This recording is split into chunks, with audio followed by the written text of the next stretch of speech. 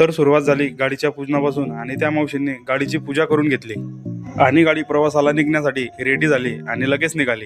मध्यरात्री महाराष्ट्र MP बॉर्डरवर बिजसिनी मातेचे बाहेरूनच दर्शन घेतले, कारण रात्र झाल्यामुळे मंदिर बंद झाले होते। थंडी तर एवढी होती की चहासाठी मध्ये थांबावं लागलं आणि सगळ्यांनी चहा घेतला। तिथून गाडी थेट सकाळी थांबली देवास MP मध्ये आणि तिथे डोंगरावर चामुंडा मातेचे मंदिर आहे। सकाळी सकाळी मस्त डोंगरावर चढत जाऊन चामुंडा मातेचे दर्शन घेतले। चामुंडा मातेचं मंदिर खूपच छान होतं। दर्शन घेतल्यानंतर आम्ही बाहेर आलो। वरतून डोंगरावरून पाहिलं तर पूर्ण देवास सिटी दिसत होती आणि थोडी पुढे नजर केल्यावर इंदोर सिटी पण दिसत होती। त्यानंतर तिथून निघाले आणि पोहोचले थेट उज्जैनमध्ये। उज्जैनमध्ये पोहोचल्यावर फ्रेश होऊन आम्ही घरून आणलेल्या सामानाने आणि साहित्याने स्वतःच्या हाताने जेवण बनवून घेतले।